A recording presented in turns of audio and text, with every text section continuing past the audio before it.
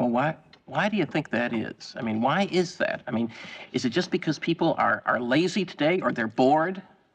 I mean, are we just like bored, spoiled children who've just been lying in the bathtub all day, just playing with their plastic duck, and now they're just thinking, well, what can I do?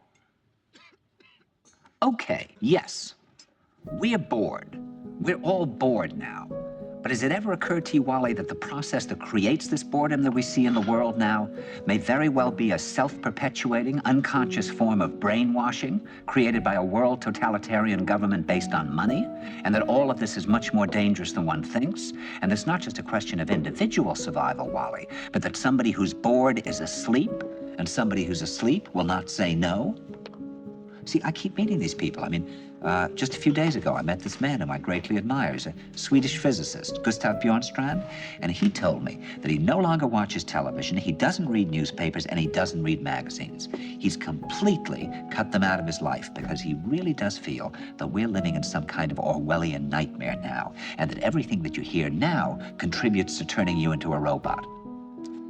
When I was at Findhorn, I met this extraordinary English tree expert who had devoted his life to saving trees. Just got back from Washington, lobbying to save the redwoods. He's 84 years old. He always travels with a backpack because he never knows where he's going to be tomorrow.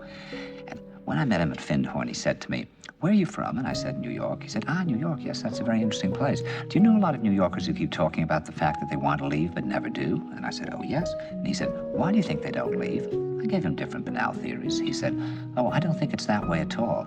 He said, "I think that New York is the new model for the new concentration camp, where the camp has been built by the inmates themselves, and the inmates are the guards, and they have this pride in this thing they've built. They've built their own prison, and so they exist in a state of schizophrenia, where they are both guards and prisoners, and as a result, they no longer have, having been lobotomized, the capacity to leave the prison they've made, or to even see it as a prison."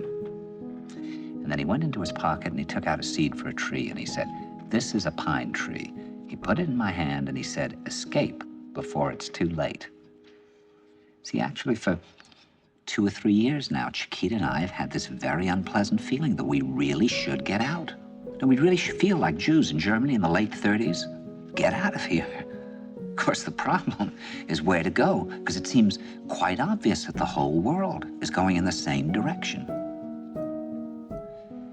See, I think it's quite possible that the 1960s represented the last burst of the human being before he was extinguished, and that this is the beginning of the rest of the future now, and that from now on there'll simply be all these robots walking around, feeling nothing, thinking nothing, and there'll be nobody left almost to remind them that there once was a species called a human being, with feelings and thoughts, and that history and memory are right now being erased, and soon nobody will really remember that life existed on the planet.